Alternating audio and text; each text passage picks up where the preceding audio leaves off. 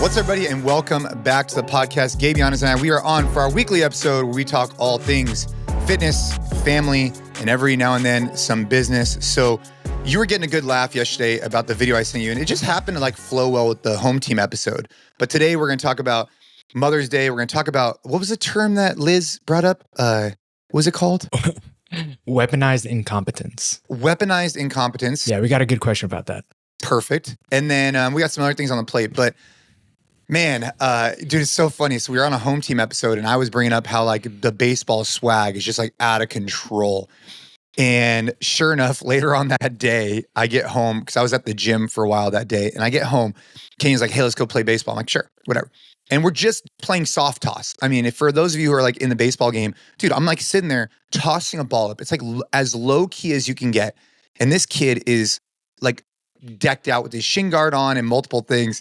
And so I'm like, dude, why do you need all that stuff? And he's like, you got to practice how you play. And I thought that was, I had no response to that. I was just like, yeah. I was like, what else are you supposed to say to that? I don't know. He's not wrong. He's not wrong, man.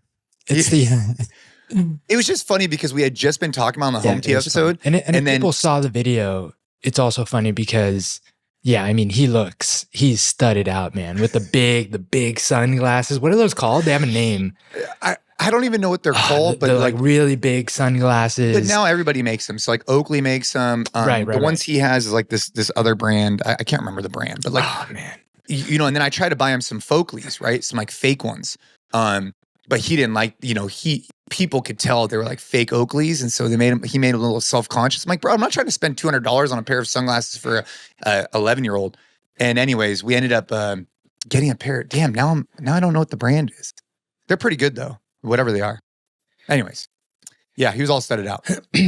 There's such a, and it's something that I know that we'll encounter, and I don't know what the solution is, and I'm curious your take, because there's something to the fact that like at the end of the day, you guys can get that gear for him. Like you can afford it, and you will, because in large part it's the culture of like the teams that he's on, and like everyone has it, and it would be tough for him. Like, I think it would really be tough, even though those things like, logically, he doesn't need a sliding mitt. He doesn't need like a $200 bat. Yeah. But it would be really tough. And I think it would take away from the experience of him genuinely enjoying the sport and enjoying baseball if you were a complete hard ass and we're like, no, like we're getting super basic bat. You don't need a sliding mitt. Like you don't need any of that stuff. I don't think that that's the move. But, for me growing up, I vividly remember this, and I wasn't in a sport where there was a lot of gear. I was just, on the swim team. But, we grew up, I would never say, I hate saying that we grew up. We definitely grew up like, with not a lot. Like my mom, I remember now that like I talk to my mom a lot about like childhood and stuff that I kind of remember. There was even a time where like, the cashier had to like tell my mom, like, don't worry about it because she didn't have enough for the groceries that she had like put on the table. Like when we first got here from Ecuador, it was definitely like, we're making ends meet. I never felt like I lacked anything, and I'm really appreciative of my parents for that, because even though we didn't have, say, a lot of money, like I just always felt like I had everything I had. But all that being said, it was never a choice for my parents. Like if I lost a swim cap, I would get reamed out, because yeah, it's like a $40 swim cap. I'm not gonna, no, it wasn't even that. It was like a cheap like latex cap, but I would and if I lost goggles, dude, that was a big deal. Yeah. Like you couldn't lose and you couldn't break it. You had to take care of it. And it was a big deal because she's not buying you another one, because in many ways, like, that's a big purchase. And I think that was very beneficial for me growing up. But again, it was just a matter of the circumstances. And now I know that as my kids grow up, like I am going to have the means. Like it's not going to be a decision that's made for me because I simply can't afford it. But how do you balance that, like, making them really, really value the stuff that they have because it's the only one that they're going to get, and period, versus wanting to give them stuff that like genuinely brings them happiness. And again, I'm not talking about like just materialistic, like, you're buying Caden everything that he wants all the time, but you are getting him the stuff that like is going to enhance these experiences. So I don't know, where's kind of the balance there? And maybe where have you found sometimes where you do put your foot down and you're like, no, dude, like you're not getting that, or you have to earn it somehow? Yeah, I mean, it's a good question. Because because on one hand, right, you want them to feel like a part of the team. You want them to feel this, that. But on the other hand, you don't want them to feel like I'll give you an example. We've seen very, very lightly, with Ava, for example, it'll be with clothes. So she'll consume a lot of clothes and then she'll just like want to give them a goodwill or whatever. And it's like, it doesn't work that way. Like we can't just buy, consume.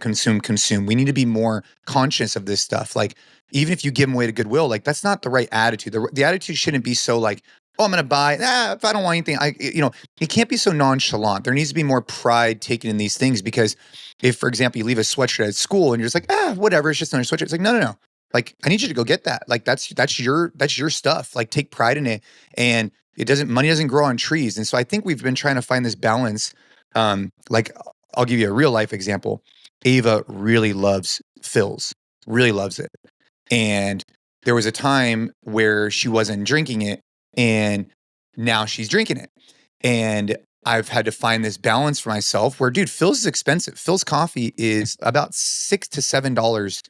And so if you get that every day, that's a lot of money. And so it's like, where do you draw this line where your child really likes this, like a really, something she really looks forward to. It's like a moment for her, or whether it's Phil's or another place, but it's also, how do you teach them that you can't just spend $7 to $10 every single day? And it's just like money grows on trees, right? And then how do you also then say, hey, we can't do that, but then also not come off like we're broke and we're going to have to move out of our house. So that's been something we've had to balance with the kids.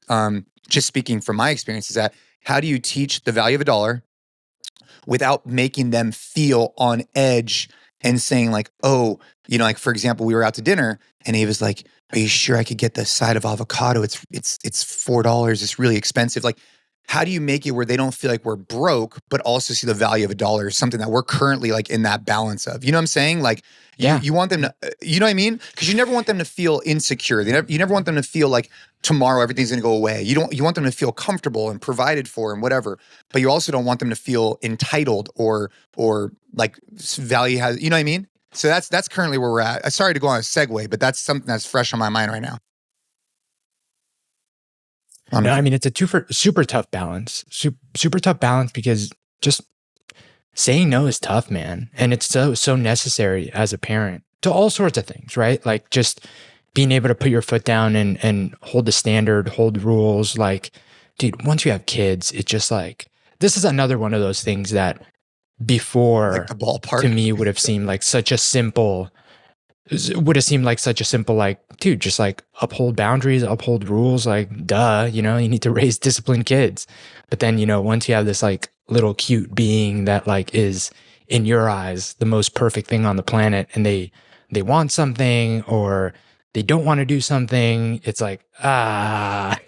And then how do you create those boundaries? And then what if they're too much? And what if you're being too stringent? That's something I think about. Like the ballpark example really hit home for me the other day when we were talking about it, is that, I mean, man, there's two sides of every coin. Like if you're the person who's going to Whole Foods and bringing your own food to a ballpark game or your own food to a party, like I get it. And that's your decision. But when you bring other people along for that ride, it's just something everybody has to reflect on, And if we're going to decide to have boundaries and say, hey, this is our budget, this is this for these reasons, just recognizing, how do you communicate that well with your kids as they get older, where they still feel like they have enough, but they don't feel entitled to more? You know what I mean? It's a very fine line, because you don't want, you know what I mean? Like that's a difficult conversation to have.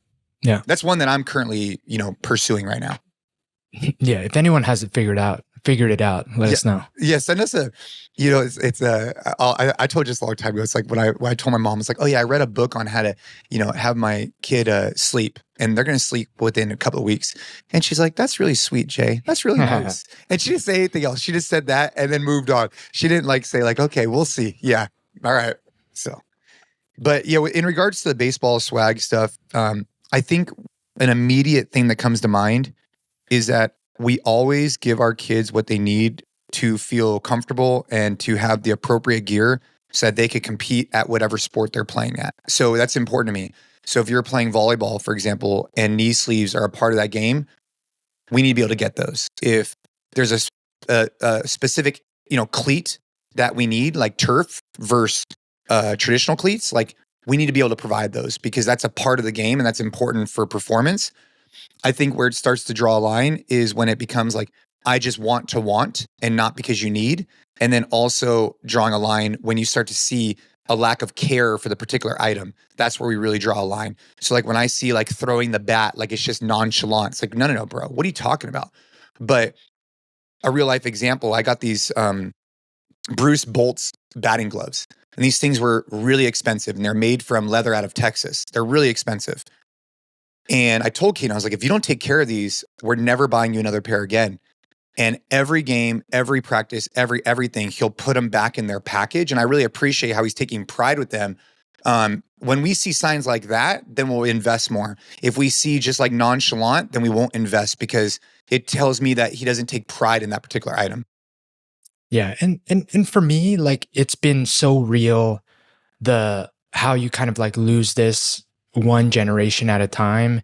And that my parents, dude, my dad, and maybe your dad probably shares this too, as, you know, being an immigrant who came here, you know, with not a lot. And like then it's like built into your DNA to value everything that you've bought and everything that you own because of like the hard work and sacrifice it got to get something that, like, you know, for us, you know, something that costs $100, $200, like it's a big deal. That's real money for sure. But it's not the end of the world if like it lasts us a year or 2 years. And even saying that out loud, you know, it's almost like, maybe it should be, you know, like you should have some value. But one example that I was just thinking about now, my dad still has the little trailer, like these little 2-wheel trailers that you hook up to a bicycle. He still has the one that he used for me and my little sister, and it is in perfect shape. And he uses it now to take Shay around in the bike. Like thing, like that thing that like with like the little cover on it type of thing. Yeah, mm-hmm. And it's like, and I'm looking at it like a brand new one now. You can probably get like an Amazon version for like about like 120. You can get like a really, really nice fancy one for 600. So it's not like a crazy out of this world expensive thing, but it's, you know, like something that I know when he originally bought it for us was probably a big investment for him. But he has, and it's funny because like I almost make fun of him about this stuff, but it's crazy how he every year will like, you know, take every piece apart, clean it, lubricate everything. In the winter, he'll like wrap it up and like make sure it's put away, like climate controlled, whatever. And it's lasted now over 10 years. And I'm telling you, this thing looks brand new, and now he uses it for his grandkid. And I know that I wouldn't take care of something like that now. Like I wouldn't put the extra time because it takes a lot of time. Like my dad will spend like 2 hours putting this thing away once he's not going to use it for the winter so that it's in perfect condition. And I would, you know, put it in the garage or just put it in the shed. And, you know, in 3-4 years, it'll be in pretty rough shape. So you start losing that. And I know that some of that is just, you know, how convenient it is or how necessary it is to spend that much time. But, you know, I hope that I can maintain enough of that to pass on to my kids, because I can already see how I do treat things differently than my dad does, just because, you know, and I think it's really valuable just being aware to have that level. Yeah. Yeah. Well, I think even just being aware of that is important, right? And then what the kids see, you know, like, so for example, mean, this isn't the exact example, but like our garage always is put back. It is. Always after you're done training, always put back. Like there is maybe been one exception in front of Caden that wasn't the case. We were like about to hit a flight and Ashley's like, you get your ass in this house or I'm whatever. But always, right? The gym is always put back. And there's other areas in our life for sure that are all over the place and shit is a mess all the time. I'm raising my hand saying that. But when it comes to the gym, it's just the one thing that like is always like, I take a lot of pride in like, it looks the same. I don't know. So maybe you find things like that in your life that like your kids can look back on and be like, you know, dad took pride in this. That's something I'm thinking about. Speaking of which, that's a good point. Dude, so we put out a newsletter. And for those of you who are not on our newsletter, you're missing out. A buddy of mine just messaged me when say yes while you could still stay, while you still can.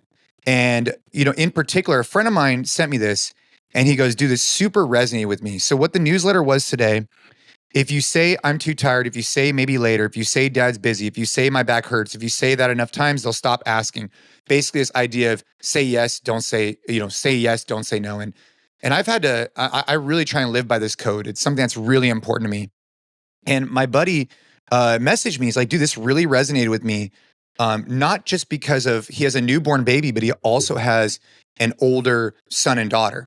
Like we're talking like significant age gap, 11, 12 years. And I think that this was really powerful. I wanted to share with you here, Gabe, because I think other people might be in the same situation where you have this newborn baby that takes up a lot of your time. Or maybe your newborn baby is the equivalent of you starting a new company. Or maybe you got in a new relationship. There's all these things that come up that are very like new and they require a lot of attention and focus. And that makes sense. But in this particular case, he was saying that he was so consumed with this new baby that sometimes he was saying no to the older son. And it really resonated with him, not so much for the baby, but that he's so focused here that he's missing out on here. And I think that the way that I'm taking that in my life is like, am I doing too much of that with one child and not the other, right? By saying yes all the time over here, is that taking me away from saying yes over here? So I wanted to bring that up because I just got that text right before we started podcasting. I think that was really relevant to people listening, whether it's business, a new child, or whatever. Start thinking through that lens, right? Say yes and not no, but then make sure you're balancing that out with all your priorities. Yeah, man. I mean, the message really resonated with me in that I think it's very easy for these things to, like, them stopping to ask can happen very kind of like quietly and you don't even notice. And at the point you notice, it's almost like too late, right? Yeah. And that's something, obviously really young kids now, I think that I'm trying to get in front of as many of these things as possible, because right now they're not necessarily asking me all the time to like, do this, do that, do this, do that. They're still very much mom-centered, but I'm definitely trying to get in front of it, especially with Jay, our boy who's the oldest. Like when he does want to do all this stuff with me, like I want to make sure that I have not just the capability, but also like the time, the flexibility. Like those things are so important. And it's a big reason that I'm trying to work my hardest now and have like, that hopefully that flexibility in the future, because that's going to be the time where I do want to be able to say all the time. And I'm not worried about the capability side of it. I know I'll always have the energy and the fitness to do it. Luckily, that's not something that I'm particularly worried about, but I want to make sure that I also have the time and the resources and all of that good stuff. It's a big motivator for me. And It should be for anyone listening, whether the fitness piece is missing or the, provide flexibility resources piece is missing. Like, man, not having that and that being the reason why, they kind of stop asking would be crushing for me. And even if it's gotten to that point, you can always turn things around. It's never too late. Dude, it's never too late, but laying the framework when they're younger makes sense. Like I would travel with my kids when they were young and we would go with other families with kids. And I was just the guy who like would be out on the paddleboard, would be out snorkeling, whatever. Because I also have terrible attention span, right? So like, I'm not going to sit, I'm not a guy. If you listen to this podcast long enough, hopefully you know, like I am not the guy who's going to sit by the pool and have a margarita. Like I'm down to have a margarita, especially if it's mezcal, but I'm not going to be sitting by the pool or on the beach just sitting there. It's just not part of my DNA, especially I want to be doing shit, right? And so I was just that guy. And so what happened is it just ingrained in the kids that like, that was just something that was okay, right? They would ask, I'd say yes. But it started off probably around when they were like 4 or 5. I think that's a good time. And then it just keeps building and building and building. Matt Olson sent me a message this morning. Shout out to Matt Olson. He's one of our dedicated Train Hard crew. If you're not on the updated Train Hard app, you got to go check it out, dude. The community's popping off. We put great stuff in there. So make sure to go check that out. The podcast show notes, it'll have the website th.fit. You can take a quiz. It'll show you what program to choose and boom, lock in. But he says, one of my top 5 moments as a dad happened this morning at 5 a.m. Oh, he texts us both about this. I'm sorry. He goes, my son, Kai, 15, comes in and wakes me up and says, Dad, come spot me on my bench. Dude, his mindset as a freshman for training has me fired up. Post-bench workout, he comes in, takes his vitamin, eats protein pancakes, boom, is on. But dude, imagine getting woken up by your 15-year-old son. Hey, Dad, can you come spot me on bench? I'd be like, let's go. And that doesn't happen overnight, right? That happens because Matt's been intentional. He's been training with his kids. He's been involving. He also does a men's club type stuff.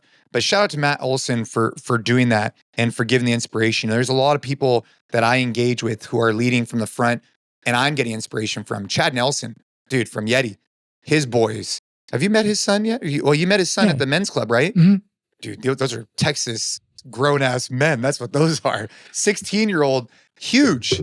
But those are another good example. Great manners, great everything. So shout out to the guys that are leading from the front who, we get a lot of inspiration from. For sure. For sure. There's nothing more inspiring than meeting kids that are incredibly well-mannered, fit, capable, clearly look like, they're on top of everything. Like, that's awesome. And that was the experience I had when I first met and interacted with your kids, man. And it speaks a lot to you as a dad and the work that you and Ashley have put in. I'm never going to forget when you guys came over. Granted, that ended up with Caden getting thrown in the fire and pretty serious burns. But this would be a good reel, actually. Dude, I still have the picture of his arm. Ooh, dude. He still has a scar. Dude, I can't believe that happened. I mean, I can, but. Oh. So for those of you who didn't know the story, we're sitting by a campfire and it was me, Caden, Ava, Ariel, and Gabe. Maybe even your mom was there or your dad. And we're all hanging out. Yeah, we're just hanging out. And Ava loses her balance and pulls Caden into this bonfire. And Gabe and I saw it like real time. We're sitting there. We were like right there. And I'm telling you, and Gabe, you remember this, like, dude, I moved as fast as humanly possible, but by the time I got to him, he had already been in the fire for like maybe a microsecond, dude. Maybe. Yeah, split second. And he got some pretty bad burns.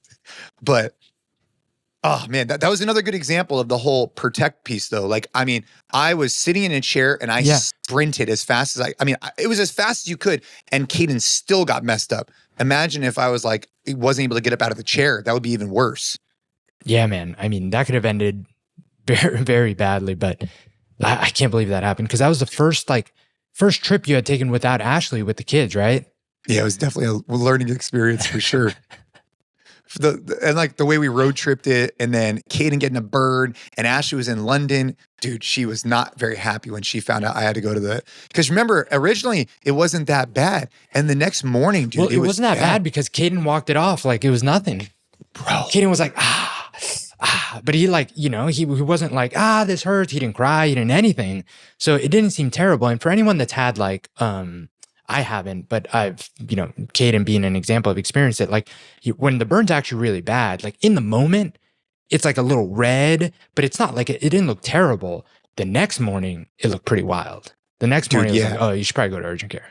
Yeah, so we had to go to urgent care, and there was definitely mixed reviews on if you should like bandage it or if she leave it open. And we went to I think I went to 2 different doctors. It was a whole ordeal, but nonetheless, that was our experience in Seguin. But Seguin's a wonderful spot. I want to talk about from this morning, and then I know we got to talk about Mother's Day, right? We got to talk about that. Did you? I don't know if you saw, but I put in the Train Hard app community about the Deion Sanders quote. I don't know. I didn't know this was a thing. Have you ever heard of this? Like, I ain't hard to find. Have you ever heard Deion Sanders say that? It sounds very familiar, but I can't say that I was like, oh yeah, of course I know that they said that. But so I ended up YouTubing it because I hadn't heard it before. And I guess Deion Sanders is out there like, hey, if you're in the portal, right? I ain't hard to find was like what he was saying. Like, if you want to play for me, I ain't hard to find. You know where to find me, right? So this morning I'm training and my neighbor is with me and we get done. I'm like, bro, I really appreciate you being here with me. Like, dude, I'm here every day. I'm ready when you are, like whatever. And he goes, Jay, he's like, you remind me of Deion Sanders. And he has this quote where he says, I ain't hard to find. He goes, Jason, you are not hard to find. I know exactly where you're going to be at every single day, early morning training. And it made me feel good, dude. It made me feel good. And I wanted to share that here because the inspiration I put on the app was like, be the person that ain't hard to find. Like, I know where to find Gabe at 4:50 in the morning. He'll be in his gym or running. And that's cool, you know? And I think that there's some type of inspiration there that I think, you know, if you're listening to the podcast right now, I'd be like, dude, I'm trying to be that ain't hard to find guy, you know? Yeah, just being so consistent that people know that you're doing the thing that you say you're going to do, being so reliable that they're like, dude, he's going to be there. He's going to be doing the thing. He walks the walk. Like there's no doubt, being undeniable that like you do the thing. Yeah. Ain't hard to find. Ain't hard to find, man. It just like, it got me like, it was like a pump up speech, right? Cause I'm like sitting there, I'm like, you know, we got done training. We did the TH daily today. And I did a little flex after that. And it just, when he said it, I was like, all right, man, that's cool. You know, like that's a cool reputation to have where people just know they can rely on you to be training. And if they are ready, they know where to find you. Now that you're riding high, let's knock you down a little bit with Mother's Day. Oh boy, here we go. Now that you're here we go. So I wanted to talk, it's timely. I think that what you had mentioned of a timely reminder, because I do think that that's useful, period. It's worth talking about Mother's Day. So this is going to come out on April 28th. So we're finishing April. Mother's Day is May 11th. So we're coming up on two solid weeks here, plenty of time. But this was all sparked off something that you said yesterday on a call that we were at, that you're just admittedly not great about staying on top of Mother's Day, doing something. And that prompted the idea of putting out a reminder and stuff like that. So I wanted to talk about, you know, dive a little bit more into like what that, like, what does it mean? Like, and what have you seen that like a lot of guys are maybe not good about this, and maybe we can have a good conversation around solutions and kind of what's at the crux of, you know, guys, because there is that stereotype, right? There's a stereotype of like the guy always forgets the anniversary, the guy forgets Mother's Day, like, you know, forget your maybe your kid's birth, like whatever, right? Like we're not on top of it. We're missing the gift, missing the details. And I don't know, like how much of that is true maybe, and how much of that is there like a good solution for here? Since we do talk a lot about, you know, marriage and obviously, you know, you've been married for a long time. Like what have you learned in that process? Well, you know, I'm going to, if I really had to, the crux of it is I'm going to blame it on Ashley for being too awesome with all this stuff. And let me explain, right? Just clip out, I'm going to blame it on Ashley. It's because every birthday party, every Christmas, everything, she takes care of everything. So like if Caden, he went to a birthday party the other day, who gets the gift? Ashley gets the gift. If, you know, Caden's birthday is tomorrow, right? We're filming this on the 9th. Caden's birthday is tomorrow. He turns 11. Tonight we have a dinner. Tomorrow we have a dinner. The next day we have a dinner. All planned by Ashley. And I'm totally giving credit. Like she takes the lead on these things, and I'm taking the lead on other things. And especially during Christmas time, she takes care of all the presents, all the ideas, and I get something typically for her. That's the way it goes. And is that right or wrong? I don't know. That's just the way it's worked in our relationship, and it's worked really, really well.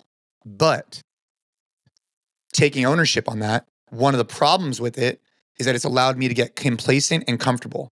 And it's allowed me to be like, oh, that's Ashley's kind of thing. So when opportunities like Mother's Day, her birthday, or other stuff come up, I'm lackluster at best. I haven't flexed that muscle enough, and it's an area of improvement for me because I get so comfortable because she takes care of everything else. And I think there's other examples of this, by the way, but in particular, when it comes to gifts, it's something that's like really on my mind because she's also, if you look at like the enneagrams or whatever you call those things, that's probably not the right term, enneagram. No, love language? Yeah, but whatever those, like, you know, you have like numbers. Her, you know, she wants like acts of service. She wants to see me do stuff for her, like plan stuff, take her to dinner, do things. And so like for me, the fact that Mother's Day and I told her that I want to go take her somewhere and whatever, it was super meaningful to her. So it's something that's like fresh in my mind and it doesn't naturally come to me. And I think any guy listening right now, that's not a good excuse. It's completely an excuse by me saying, hey, it's not naturally the way I gravitate. It's not whatever. Or, hey, my wife takes care of everything. So all of a sudden it makes me not good at it. That's total bullshit and an excuse. And so it's fresh on my mind. 2 things this year that I'm going to get better about. It's I got to celebrate and do a better job on Mother's Day.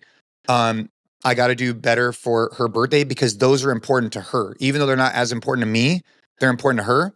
And then the final thing is we have a prom coming up at the kids' school and she wants me to ask her to prom. I got to do something better than just like, hey, you want to go to prom with me? So like those are things that like are important to her that I need to make important to me. Yeah. Long-winded way of answer. Sorry. Well, no, I mean, I think that you nailed it in that the first step to anything, I think people have a lot of like self-limiting beliefs to all sorts of things. And I think that that's such an important first step to being better at anything. Like, and I've done this in the past, and I think it's just becoming self-aware, but like, whether you're a coach at a CrossFit gym and you're like, well, I'm just not good at learning names. Like the first step to getting better at learning names is to stop saying that you're not good at learning names. Like that should just never come out of your mouth. You're never going to get better at learning names if you just keep saying, names, not really my thing. Like it starts with that. And that to me is something we've brought up on a lot of like the stuff we've done for coaches in the past, but it's the same exact example. You can't lead with, I'm just not good at coming out with gift ideas, or I'm just not good at planning these things. You're never going to be good at it if that's kind of like how you lead with it, you know? And if it's important to the person that is the most important person in your life, you just have to get good at it. It should be a priority. And it's not even a gift, by the way, just to clarify, like it's gift, act of service, like planning something. It's something, right? Like, right. And I think that's the important note here is like, dude, you don't have to spend money. You just have to do something. Right. Yeah. There was a funny podcast. Andrew Schultz actually put out a podcast a while back because he was doing this whole talk about how like women, because he put out a post and it got a lot of heat because women want like men to make an effort. They don't want you to just, you know, like pay for a gift or get something, like they quote unquote want something thoughtful. So he had a whole funny podcast where he actually brought a bunch of like the significant others of like the other hosts on the podcast and they were kind of discussing it. It's like, what is this effort thing that you want? Like, you know, we're going to get you something. Tell me what to get you, right? Like, what do you want? I'll pay for it. And like that should make you, but it was a good discussion about like, it's not that, right? Like, it's not this thing that I need or this thing that like, you know, costs X amount of money. It's like trying to see your spouse, like clearly you went out of your way to research something, do something thoughtful, do something this. And I know that that doesn't come naturally to just men in general, but it's something that I think is obviously matters, especially if like you've had a conversation with Ashley and that stuff matters. And it is important to have that conversation because like for us, and I've mentioned this before, we don't do any gifts. We don't do gifts for Christmas. We don't do gifts like with our parents. We don't do gifts for the kids. We ask that gifts don't come to the kids, but grandparents don't listen to that. But we've been very clear about that. And like, instead, we always take lead on trying to plan trips with our family. And like me and Ariel are always talking about like, what's the next thing that we want to do? And we've just kind of come to that understanding. And that's been helpful because I think that us being on the same page about that has just like, and very honestly saying, hey, this isn't something I want. This isn't something you want, because, you know, we've gotten to that point where we can be honest and we do trust each other, but that's just taking the pressure off of like, I need to buy something for this time, because that's what I personally don't like. And maybe that'll change though. Maybe that'll change. Maybe. Right? Maybe. Yeah. But it's been helpful because it just takes the pressure off of like, oh, Mother's Day coming up. Like, what's something that I need to like buy for her? And taking the pressure off of that has made it easier because I know I'm not going to buy anything for her. Like, I am thinking about like, what's something thoughtful that I can do that day. I just default to that because I know that we're just not going to buy it. Like, I don't expect anything on Father's Day, as I shouldn't. And she's not going to expect anything on Mother's Day, and that's fine. Instead, it's going to be like, hey, what can we do that weekend that isn't like your typical thing that I know she really enjoys and that we can do? And that honestly might just be like asking grandparents to take kids for a little bit longer and we can go just do our thing. That might be all it is. And me coming up with the idea, coordinating that, and kind of like figuring out what it is that we're doing would be something that makes her really happy, and that's perfect and that's fine. So I think I think that's the big part of it, dude, is like, so what Ashley likes, for example, is like, I took the initiative to reach out to someone to plan this thing, to get the kids taken care of. Like, that's it. It doesn't cost any money. It's just, she wants to see there's some effort being put in. It's not just me going to the store and buying flowers. That's a piece. Sure, that's fine. But it's like, ladies want to feel like, this is what I'm gathering after being married for 16 years and together for like 50, is that they just want to see effort being put in. That's it. And even if you drop the ball, I think that they care more about the fact that like you took time and effort to make it work, you know? And I think that there's something as someone who doesn't do gifts and it just isn't a big part of like what we do on the traditional gift holidays, there's nothing more powerful, and I would recommend this to any guy, of doing the random gift on just a random time. And flowers ends up being that for me. Like just, hey, I'm going to go pick up groceries today. Like pick up some flowers and bring it for her.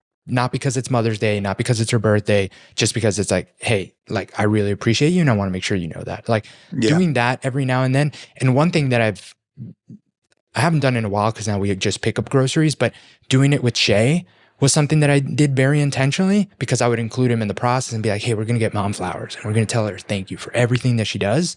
But just the surprise element of that was something that I know she really appreciated. And it just like makes it so it's not like, it can't come off as like, oh, you're doing this to check off the box because it's this holiday. And I'm not saying there's anything wrong with that. Like if you're getting flowers on Mother's Day and that's something that like, you know, makes your spouse super happy, like do that, obviously. But I do think that the little touch points when they're completely unexpected just go such a long way. And they could be, all they require is for you to like, you know, be intentional about doing the things that, you know, make a difference in your relationship every now and then, not just when there's this like, you know, time on the calendar that calls for it. Yeah. Well, dude, I mean, you hear it here first. You guys got like 2 weeks to get ready for Mother's Day. Do something. I mean, obviously you should call your mom as well.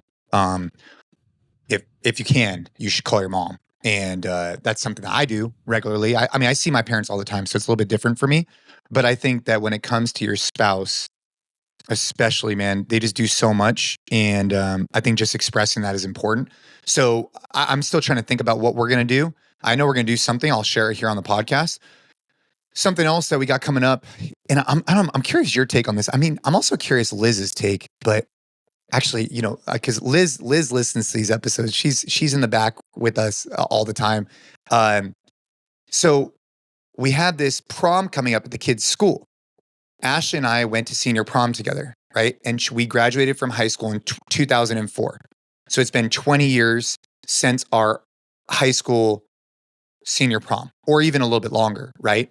And senior prom, I wore an all-white suit with white Reeboks, and I had a single earring in. I am going to mimic that same look for our 2025 prom at the kids' school that's coming up like in a month. Ashley wore this like purple, like she wore like this dress. She's going to mimic it too, right? Same hair, same dress, same everything. We're going to try and recreate the same prom photo. I think it'll be funny. It'll be whatever, right? Dude, that's fantastic. Right? I mean, dude, that's pretty rare to then mimic your, 20 years later, mimic your senior prom. So I think it's cool. It's a cool moment to like. It's also pretty rare that you're married to your prom date. Yeah. So, yeah, right? So we're going to go and so I got to ask her to prom, right? Because the other day I'm like, oh yeah, we're going, right? And she's like, you haven't asked me yet. And I was like, oh, you're doing one of those things right now. Okay, got it. Like, check. I just like mental note, check. Okay, got it. And so I was thinking about it. And I mean, I don't know if Liz wants to put in the comments about what she thinks, but so I have two choices. And I'm curious what you think, Gabe. And then option A, take her to like a dinner, unexpected dinner, and like have them bring out something like, instead of like a birthday cake, have it be like, will you be my date? And like make it like kind of cute and whatever. Like take her somewhere nice, right? That's option definitely not option A. Okay. Option B, geez, is there's these like sign companies. Yeah. And they normally do like birthday or whatever, but they'll come and they'll decorate your front yard and it'll say like, will you be my prom date? So in the morning, like there's these giant signs that go across your whole lawn, right? I don't know if have you seen these before? Like, no, but I like that better. And so it's like, will you go to prom? Like big giant sign, like print, like in the ground, like it's legit. Okay, you don't seem. Those are like the two ideas. You didn't seem. No, I think option B. The first one I just feel like is too traditional. The first one's too like, yeah, you're gonna go out to dinner and like like have the server like slip them a note or something. Nice. Look at that. Yes, like those signs. That's what's up. Like that.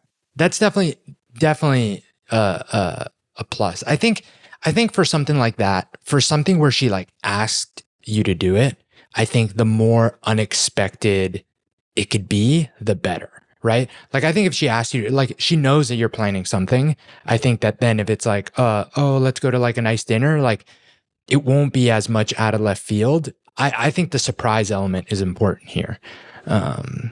Wait, so Liz says dinner only if it's the same restaurant you went to before your first prom. There you go.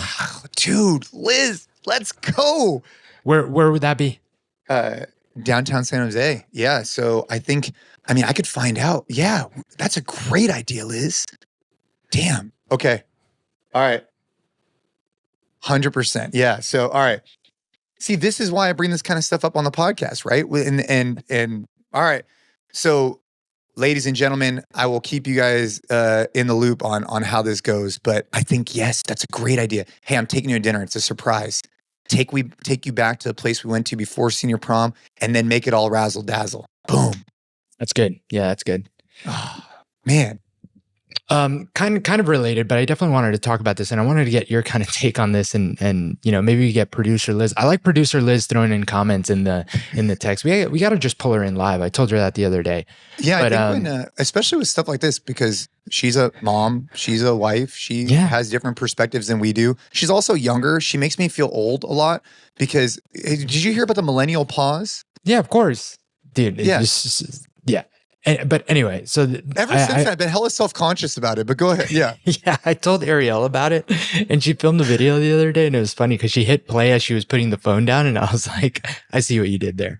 Yeah. But I put up this funny video on Instagram the other day. I don't know if you saw it. We have a rescue donkey now. Did you see the donkey? Yeah. Oh yeah, dude. I saw that.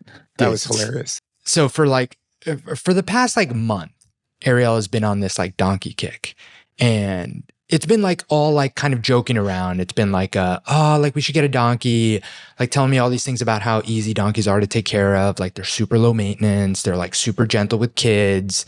They're great protector animals, joking around about how like she found one on Facebook Marketplace and she was like talking to the guy and seeing if he would trade one of our cows for a donkey. Yes, my wife is like over here trading livestock on Facebook Marketplace. And so a friend of ours heard that Ariel was like looking for a donkey and she was like, this family has a donkey that they rescued. This donkey just appeared on their land. So how many cows do you have, by the way, right now? We have 6. We have 6 cows and dogs and a cat. We don't have a lot of the animals we used to have. We've definitely scaled down. Because do you milk the cows? No. We just sold a cow that was in milk. No, we don't have time. Yeah. We sold all our milking equipment. There was a time where we were getting a lot of milk. It was awesome. It's just, dude, limited time. Everything takes so much time. But anyway, so this donkey comes up through a friend of a friend. This family had rescued it and just again they had a lot of land. Like these people are on like 60, 70 acres and just had a bunch of other animals they're taking care of. And they were like, hey, we're happy to keep it. But we heard that, you were kind of looking for one. So I was like, all right. So we had this like whole discussion about how like, I'm not trying to like have more responsibility. I don't want like more animals on the farm. Yeah. We have plenty going on. And I would say we had a passionate debate about it. But at the end of the day, I gave in and, we have a donkey now. The name's Muffin. She's super cute. She's the best. And, it's Can you ride a donkey? The kids can probably get on, if we like get some sort of saddle situation for it. The whole reason it's a rescue donkey is because it was abandoned and no one took care of the hooves for a long time. So she doesn't walk great. She walks with a little bit of a limp because she's still kind of recovering because her hooves were so overgrown that her like legs were bending the wrong way. So she's very much like a rescue animal. She's not like, it wouldn't be like a donkey that you could like pack like, a normal So donkey if that was in the wild, then what do they do? How do they get their hooves to not get so big in the wild? I asked that question too. I think that donkeys are literally they're domesticated animals. Like I think that evolve. I think so, but I don't know. I had the same question. I asked exactly the same thing. I was like, in the wild, you don't get a farrier that comes in and like trims their hoofs every 6 weeks. But anyway. Oh, yeah. The video was funny. It was like, so my wife wanted a donkey. I didn't want a donkey. We had a debate or whatever. So we compromised, and now we have a donkey. We compromised. Now we have a donkey. I was just like, yeah, sounds about right. But you know, it's funny. Someone on one of the posts I put up on Instagram, someone wrote back, happy life, happy wife, or something. I was like, nah, dude, you got that thing wrong. It's like happy wife, happy life. Like, it was the same, saying the same thing, but like. But here's the thing. So I hate that advice. I hate that term. And that's what I put in the post. Yeah. And so, yes, I didn't want the donkey. Ariel wanted the donkey. We now have a donkey. All that being said, like, that was just a funny video. But what I wrote in the caption and what I think. Well, in the video, you had like clickbait. It was like it was like talking about a donkey and you like bent over doing lat somethings. But anyways, yeah, go ahead. Yeah. They're cable crunches, but yeah. But anyway, so the whole idea, the reason I don't like happy wife, happy life is I think that in many ways, it kind of leans on this idea that like your wife's always right and you should never push back. You should just let them get what they want because like if she's happy, like everything's happy and you should avoid conflict at all costs. And I think that that's really bad advice. I think that men and women are very different for many reasons. And like that, I think shouldn't be controversial to say. I know maybe some people will think it's controversial, but I think either way, it's safe to say that like most relationships out there, like you are very different than your spouse, period. There's going to be usually one that is more, adventurous, more of a risk taker, more of like, wanting to dive in deep end, try different things, whatever. And there tends to be one that is a little bit more like, like, hey, let's plan. Like, what are all the pros and cons? Like, I don't think that's a good idea. That's maybe more on the conservative side.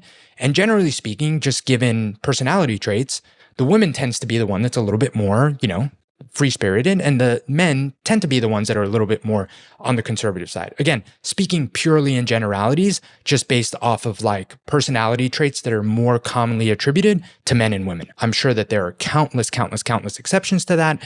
Obviously, there are same-sex couples. All of that good stuff aside, generally speaking, that's kind of how the chips fall. And that's definitely how the chips fall in my relationship. I am very much a planner. I'm very like conservative. I'm not a big risk taker. And Ariel's very much like, she has 5 ideas a day and she wants to like have all the animals and rescue all the dogs and go on all the trips and spend all the money. Mine. I think that'd be opposite in ours. But anyways, yeah, keep going. Yeah. I would agree with that based off, as an outsider looking in. So again, a lot of exceptions, but I think that at the crux of what I was trying to put out in the caption of the post was that I think that pushing back and having the trust to push back, whether it's the husband to the wife or the wife to the husband. Ariel calls me out on my bullshit all the time, and I'm really grateful that she does.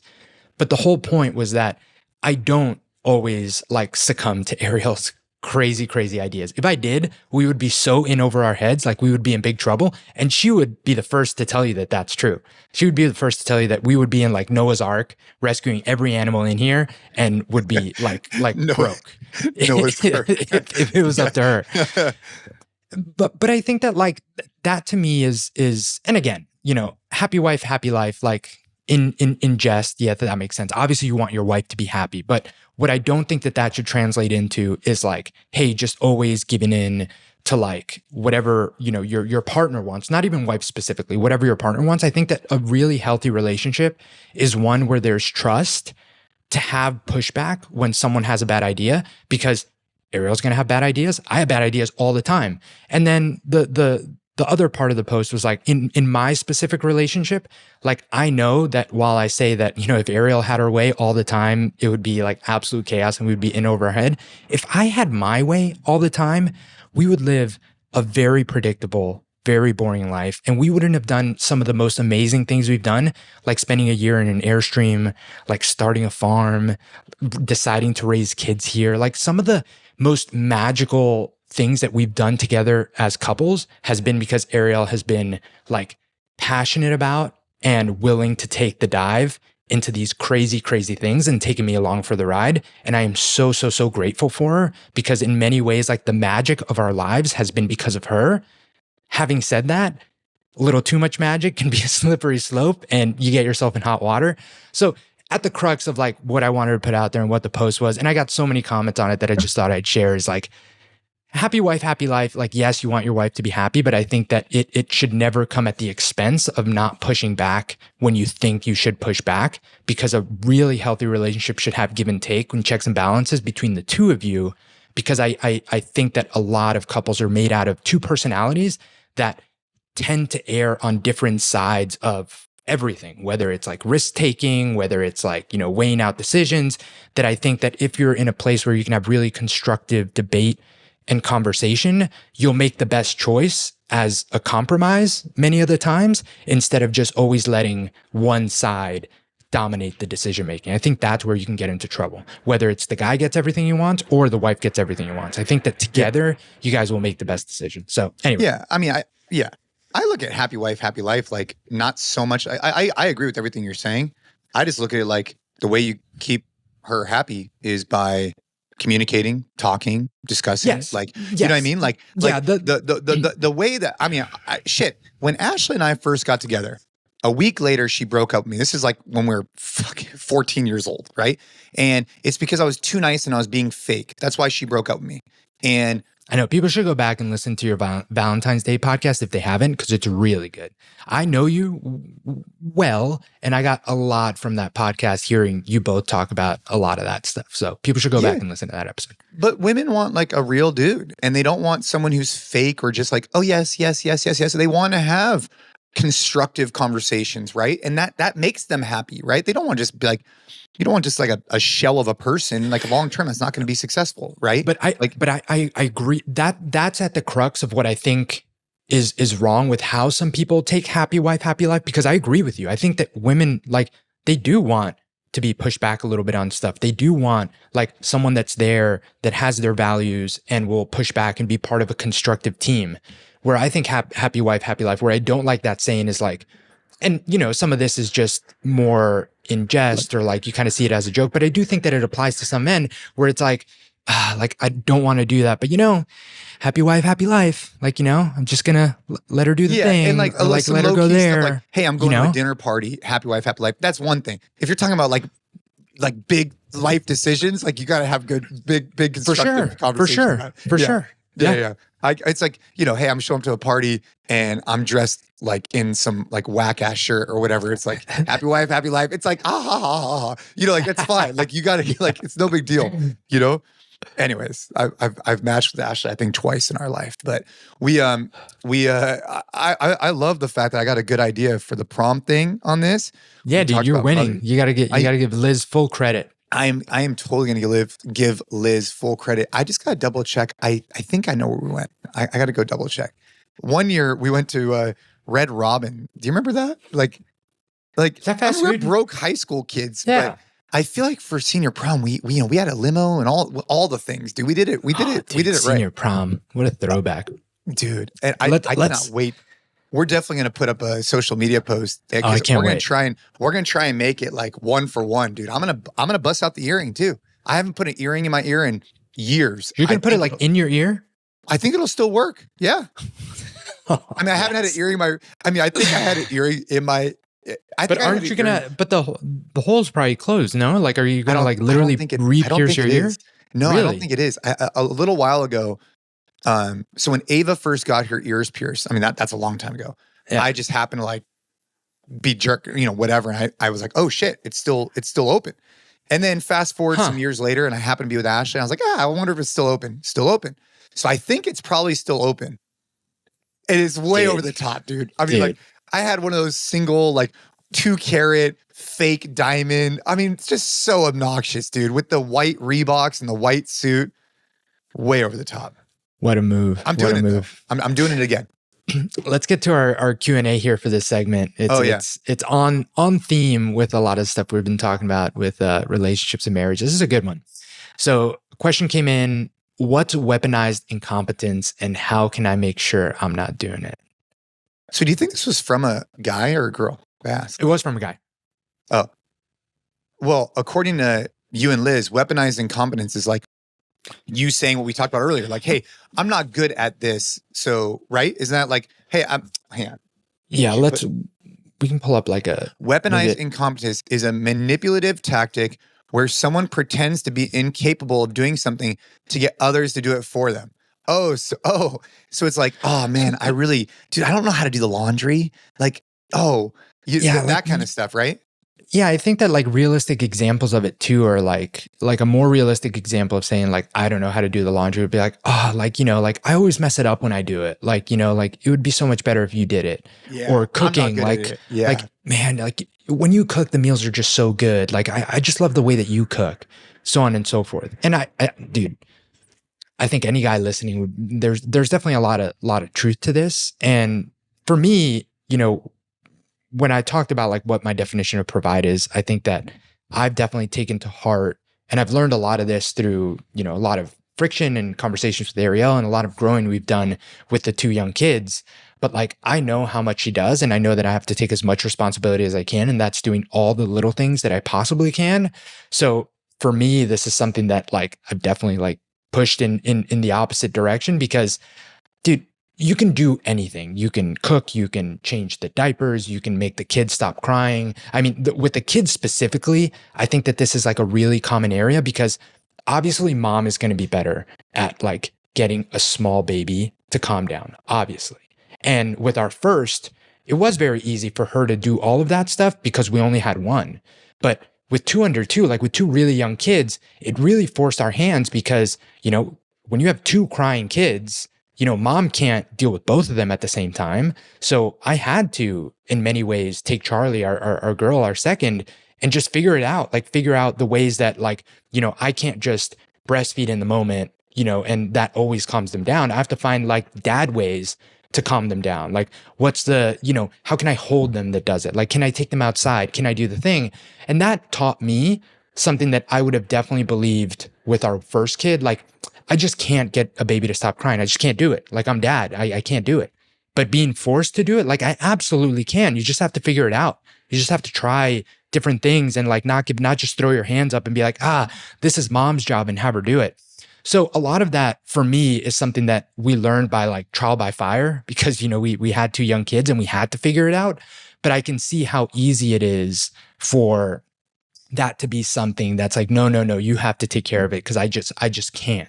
Because if you've ever, you're probably pretty far removed from this, but like a baby crying for even 30 seconds feels like a long time. So I can see how for the mom, it's just like, just let me do it because how much of rope, how much time are you going to give dad to try and figure something like that out while the baby's crying when maybe you can fix the problem right away? But that's where I think that, if I'm going to defend what maybe sometimes is perceived as weaponized incompetence sometimes, is I do think that, and again, specifically talking about like the deal with little kids, just because I've lived it so much, I think that there's an important part from the mother's perspective to like let dad figure it out. Like, don't jump in at every chance and just be like, I can do it better. Like, I'm just going to do it. Like you're taking the baby, you're going for like 30, 45 seconds. You're like thinking to yourself, when's Ashley going to come over? When's mom going to save me from this? When's she going to come save me? You're thinking to yourself, and then typically I would get saved, but that wasn't me doing incompetent manipulation or whatever it was. That was her, being like, dude, I'm over it. I'm going to go take care of this. Yeah. So just to answer the question super directly, like what's weaponized incompetence and how can I make sure I'm not doing it? I think it's just, for me, it just boils down to, is the intent to really like, hey, this is actually something that I think you can do better and I'm supporting in all these other ways. So that makes sense. But I think that at the end of the day, how can I make sure I'm not doing it? It's just like, we can jump in and do everything, maybe not as well as our spouse or mom in general, but we can definitely do it. And we can do it well enough that we can take it off their hands. And I think that as men, we have to believe that we're capable enough to do that so that we can jump in and never throw your hands up and be like, well, that's just not something that I can do. I think that that's the most important part to making sure that you're not doing it. Yeah. Well, I think the fact that the question was even asked probably means you're not doing it, right? Like, For sure. if you're even aware, being of aware like, of it. Yeah. yeah, like weaponized incompetence. Like, I had never even heard that term until this question came up, and now it's something that I'm thinking about. And I for sure, I mean, I will raise my hand twice on this episode. One is that I have an area of improvement on the gifts, and two is that I definitely weaponize my incompetence when it comes to a few very specific things. So I'm thinking about what can I do to improve on those areas. And at least being aware of it, I think, is key. So, no, I appreciate that question. That's kind of like thought-provoking, right?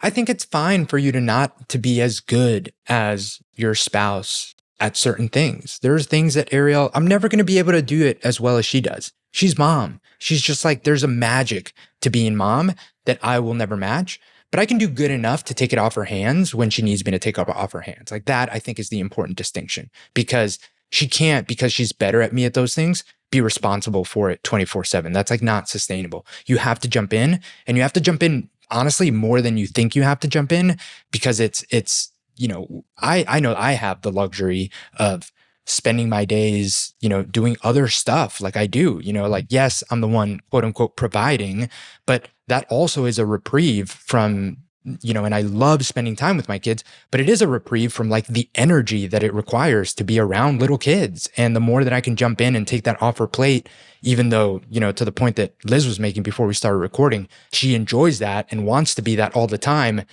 For me, sometimes it's even like just taking them and saying like, hey, I'm going to take them for a 30-minute walk. Like, not even like her asking me to take them. Like, I'm just going to take them because I know you've been with them all day. Like, you can probably use 30 minutes. You can never go wrong. Never go wrong with just don't say anything, take the kids, leave. Never gonna, like, that's never going to like be like, what are you doing? Or don't do that. Maybe she'll come with us. But most of the times, every time I've done that, she's been really grateful that I have. Mm. Yeah, I haven't walked that for a long time, you know, because I'm getting older over here, dude. Well, Gabe and Liz, thank you for your feedback today on the episode. I'm excited to hear back. Really excited to hear back on everything. Like, oh yeah, me too. The prom asking, like there's a lot of necessary follow up to this episode. I'm super excited. For sure. And I just want to say thank you for everybody who listens to this podcast. I've actually gotten quite a few messages. They're asking, hey, did Ava get into the school she wanted? Yes, she did. I brought this up on our previous episode, but just in case you missed that one, yes, she did. So all is good there. Greatly appreciate the community that's building up on the new Train Hard app. And so make sure you go check out the podcast show notes. Go to th.fit, because if you want to engage with us, you can respond to the newsletter. You could comment on the podcast. You could be on the app and comment in there. We get back to all of these areas. We want to hear from you. This is just the beginning of something really special, and we're feeling this groundswell, right? Actually, on the next episode, maybe we should talk about my Fox and Friends episode and kind of. Oh yes, yeah. How have we not talked about that? I don't know. Yeah, it just goes to show, like, yeah, being on the news is cool, but talking about Mother's Day is cooler. So we'll get that on the next one. And keep training hard, everybody. Appreciate you guys for listening. Make sure to leave the podcast a rating and review. Share with a friend, and let's go.